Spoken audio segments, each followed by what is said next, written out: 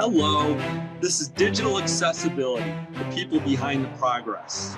I'm Joe Walensky, the creator and host of this series.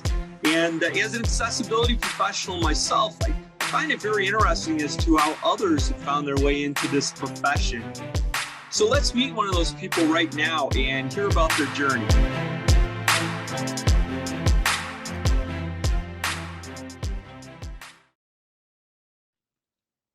All right. Well, we are back for another episode of this podcast about accessibility practitioners. And today I am pleased to be talking with Zack Klein. How are you, Zack? I'm doing well, thank you. How are you? Oh, I'm doing really well, and I've known you for a while now. I'm talking from my Vashon Island office, which is near Blink's Seattle headquarters. Where are you talking to us from? Sammamish, Washington, which is kind of east of Seattle. So, Well, it's good to have the chance to chat with you for the purpose of this podcast. And of course, as I mentioned, we've worked together at Blink with you assisting us with a number of projects as a consultant, and we can come back to talk about that. But what other activity are you involved with for work right now? I'm a software test engineer. I work with a company called iSoftStone.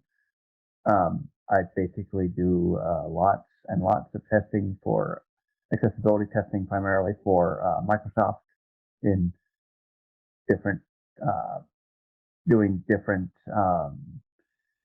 testing, basically whatever they assign to us week to week, which can vary wildly. Well, we come back and dig into your contemporary work a little bit more, but this is all about people who may be just finding their way now into accessibility professionally, to find the journeys of others. So, maybe talk a little bit about, your life experience with that, and we'll kind of move up to how you're working in that space now. Sure. I guess I can say I started seriously looking at accessibility. I kind of fell into it by accident. I was kind of not sure what I was going to do with myself, and I don't know where the original tip came from, but I was invited to do some testing with a company called Mobility, which is a very big accessibility vendor. It was kind of piecemeal, sort of similar to the sort of work I've done with Blink. I just kind of started doing that one like back in 2015 or so, and then it kind of just spiraled from there. I've been slowly doing more accessibility work and educating myself. I took a couple certifications and have gotten a little more knowledgeable, specifically around the web accessibility area. But it's just kind of been all organic. There's not really been any plan per se. I just did it because, as a totally blind person, accessibility is very important to me, because without accessible content, nothing else is usable, really. So. Well, yeah, it's certainly one of the benefits that Blink gets from our working relationship is you're able to provide that unique perspective that you have from being blind, and it's certainly that you must have informed a lot of your thinking and experience in this space, just having to work with assistive technologies, in your own life as you kind of move through school and things. So, kind of, what was that experience like, and how did that kind of prepare you for the work that you're doing today? Well, I've always been a geek, kind of a tech geek in general. I love learning about technology, and assistive technology is just one more area that is kind of interesting to me, because there's a lot of obviously great steps forward in the past few years.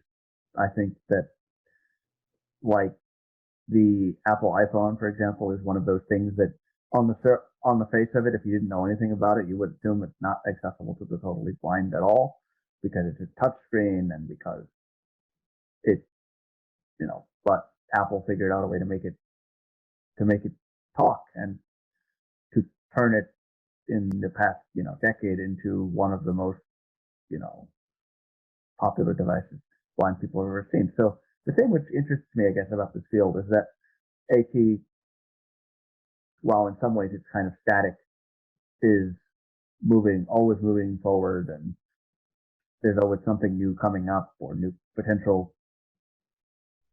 And I remember back when I was in middle school, high school, I had a device called a Braille and Speak, which was basically a portable note taker, which ran some custom operating system they wrote themselves, but it in some ways was more advanced than the stuff that sighted people had at the time, because it could turn on, and that thing could turn on in seconds and be ready to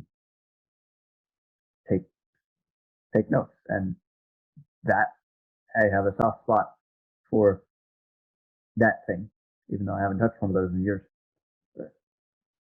Well, you mentioned being a geek with respect to tech, and one of the things that you do is you work with a lot of different devices. So I know just on the projects we've worked on, you have different tools that you work with. Maybe you could kind of run through some of the assistive devices and technologies that you work with for your personal life, and then also lead into your work life. Sure. I have obviously a laptop here. I have a MacBook Air here in front of me. I use pretty much every day. I like it. I like Apple generally, just because it's nice. They seem to have a very strong commitment to accessibility, not without missteps, but most companies have had those. I have a refreshable braille display, which is basically a 40 character long braille line that you can read, and that will change as the computer or whatever talks to it. It's expensive as heck, but I've been told that they're working on and have come up with ways to reduce the price of those things. But they are much more, I guess, common for people who are deafblind. But I get a lot out of it anyway, because I like Braille, and Braille is one of those things that I have come to appreciate more as I've gotten older. As a kid, I didn't really get the point of it, I admit. And you also, go ahead. You go on. And you work with your iPhone a lot. I do. I have that, and iOS, like I said earlier, is pretty much one of the best things to happen to blind people in many years, because Apple took a lot of pains to make accessibility pretty simple on iOS, and make not only their own apps but third-party apps playable, or not playable, excuse me, accessible. Playable is I do a lot of gaming on the phone, so that's where that came from. But accessible. Well, we've been working together on some projects over the past couple of years, and when I connect with you about things, it seems like you're always really busy. You always have a lot of things going on, including work projects.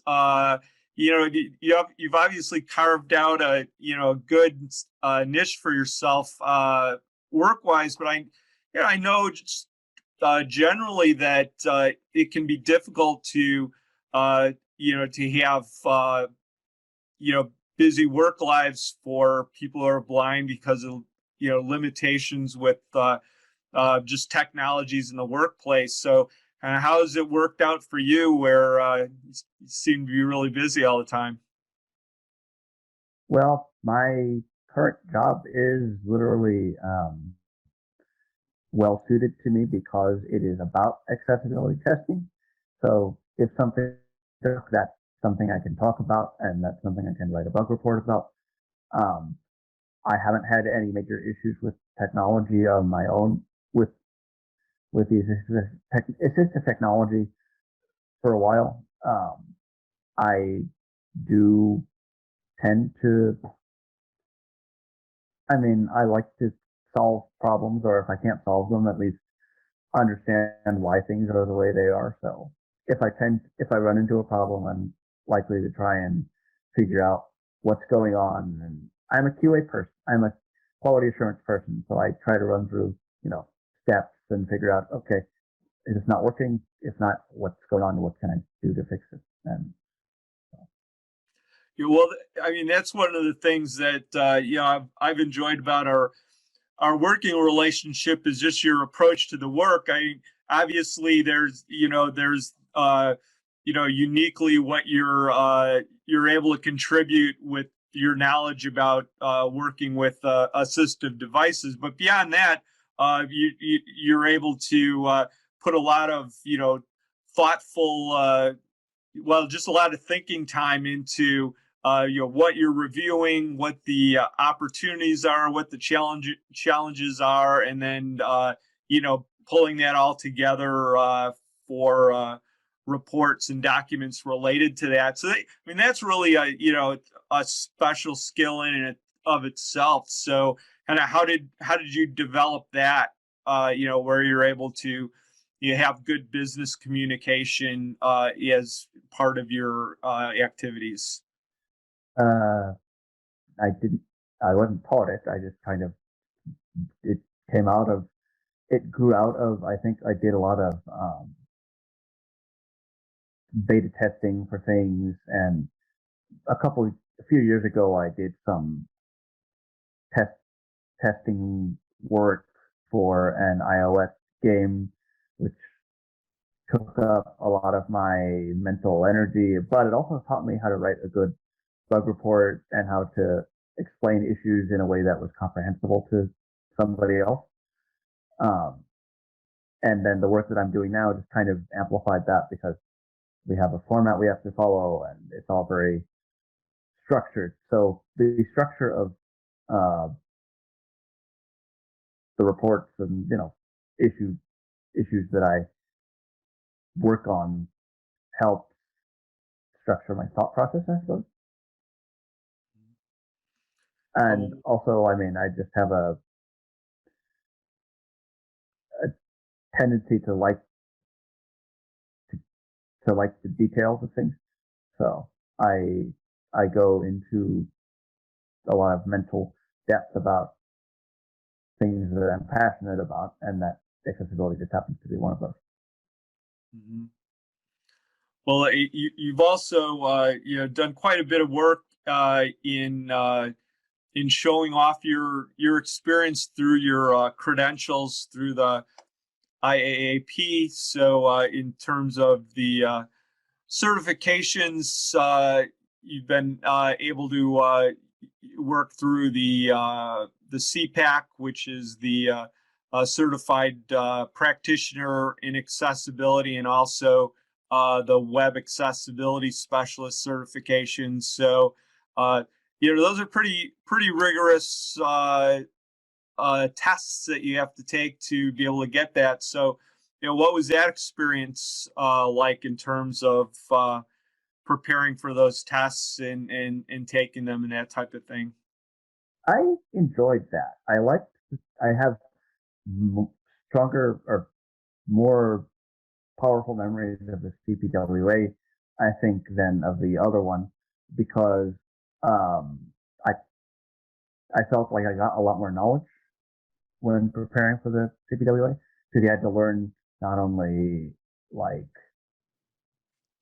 H, the very basics of HTML, JavaScript, and all the rest of it. But you had to learn how they interact with the screen reader or other assistive technologies, and what the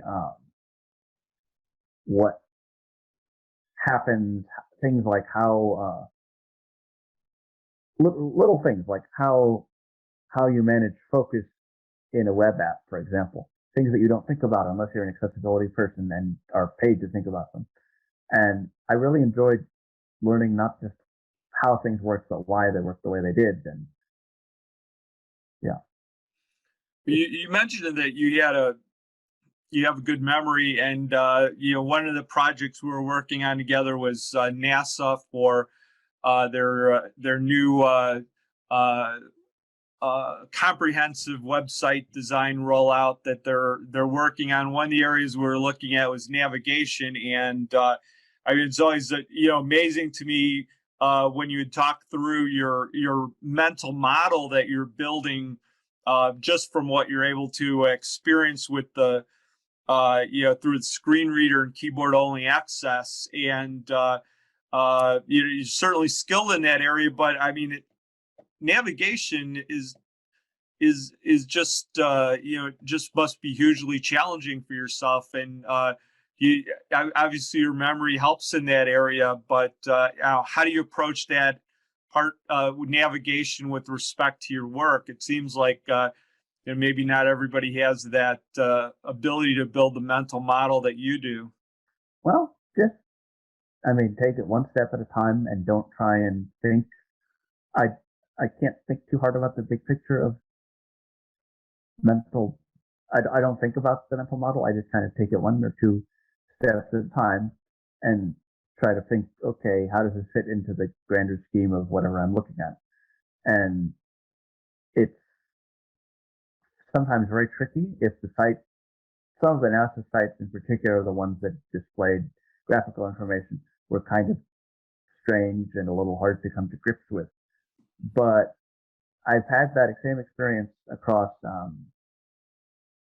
other places. But a lot of times it's just a matter of taking it slowly and not worrying too much about getting the same information as quickly as other people, as long as I'm able to process it and come to an understanding of what I'm seeing or hearing, as the case may be. And depending on, obviously, web authors or others to get their coding right, which is not always something that is guaranteed. Another thing that clearly comes out of that when we work together on things is that it's easy to see where if a process working through a digital product or service can be made more efficient and simpler, that helps everybody, but it certainly speeds up your time with not having to hit dead ends and things like that, as you mentioned, with code issues and so on. Yeah. If there's a weakness, I think I tend to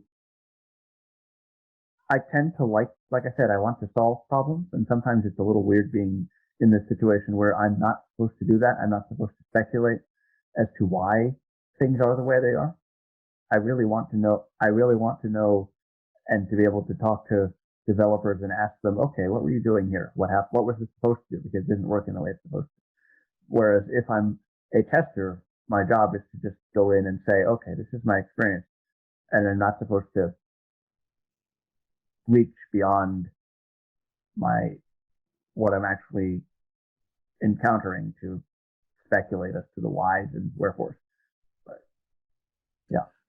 Well, speculation definitely works out in the types of projects that I work on, because we like to start with foundational research that then drives the design, that then drives the specification for the developers. So now maybe thinking a little bit looking toward the the future.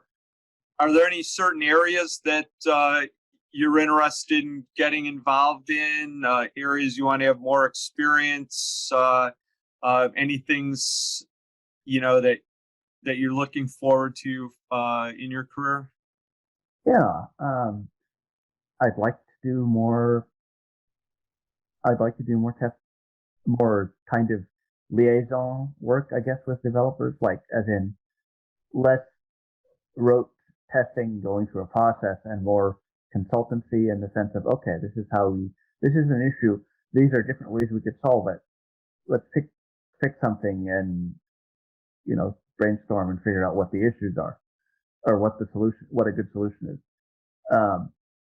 And if I'm in terms of like bigger picture accessibility things that I think are interesting, I'd like to do work in game accessibility.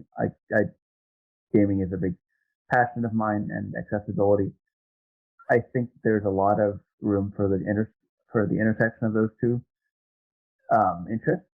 But until fairly recently, game accessibility was just kind of not really considered seriously by anybody. And to a certain extent, I don't think it is still, at least not for blind people. For sighted people and for people with other disabilities, yes, but totally blind people have gotten the proverbial short end of the stick in that regard for quite a while, I think. And there's certainly no shortage of things for us to be working on as accessibility practitioners, and we all want to be striving to have a better future. But as you look at kind of the things that you experience in your work today, are there certain areas where maybe you wish that more websites or applications were doing better? I mean, what are some of your own kind of hot button items that you wish would be in better shape than they are today? Well, it depends. I think that a lot of times, like the very basics of accessible design aren't taught as well as they should be. Like, even something as simple as good alt text is hard to write and isn't always written or is sometimes just ignored completely. And something like even teaching people to go through and run a keyboard only test on their content before they release it is a big thing that I think could be done or should be encouraged more, because it's not something that for one thing, I don't always enjoy it, because as a screen reader user, I don't have a way of knowing if something is missed, or if I'm not seeing something because it isn't there, or if I'm not seeing something because the screen reader just doesn't recognize it's there. Now I can go into like the DOM model and inspect things and be like, oh, this thing just wasn't showing up because it was marked as hidden or whatever. But I shouldn't have to do that. The designer should know the basics of how screen readers present information or don't.